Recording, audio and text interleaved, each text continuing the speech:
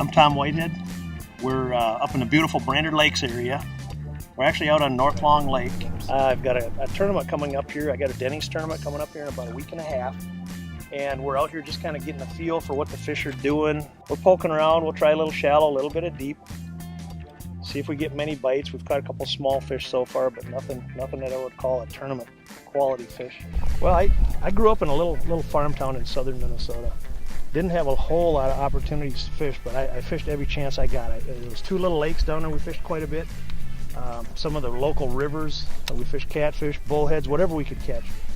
And I moved up here probably about 30 years ago, and I started working in a tackle shop. And from there I started taking some people out fishing, and one day I got a phone call from Marv Kep, who used to have the famous Kep's Bait Shop up here.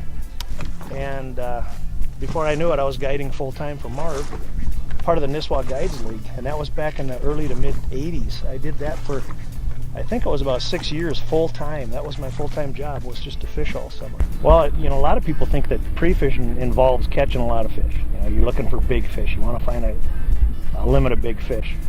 What I've found, I've been doing this over 30 years, pre-fishing to me is eliminating water. It's boring.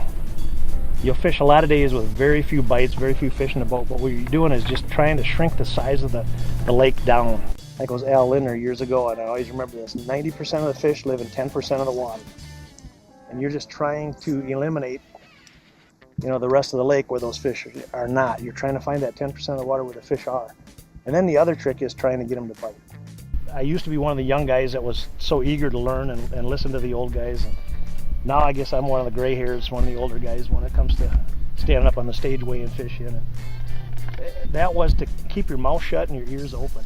I see a lot of these young guys that are just, I don't want to say arrogant and cocky, but they're almost too flamboyant.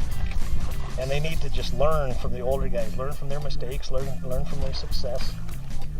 Like I said, keep your ears open, keep your mouth shut, you'll be a better fisherman. And the other thing that I always remembered, and I always wanted to buy the latest, greatest tackle, and some of the stuff nowadays is very expensive. It's good quality stuff, but it's very expensive. And one guy told me this, and he said, buy the best equipment that you can afford at that time in your life.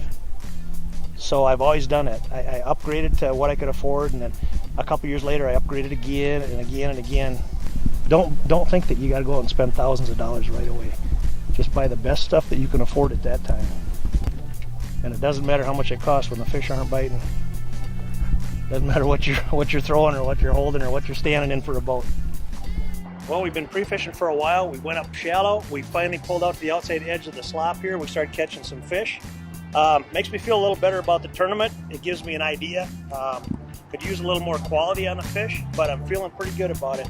This is Tom Whitehead, and that's the Outdoor Report.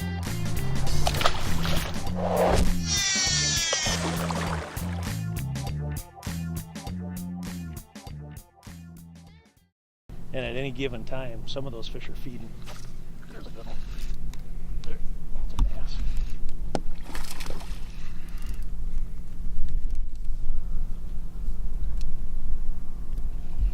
Thinks he's big.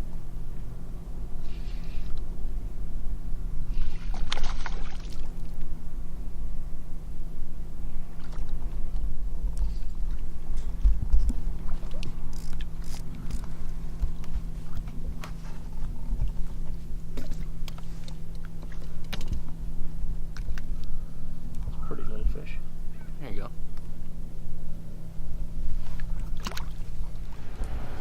There was one moved right there. That might have been a big dogfish.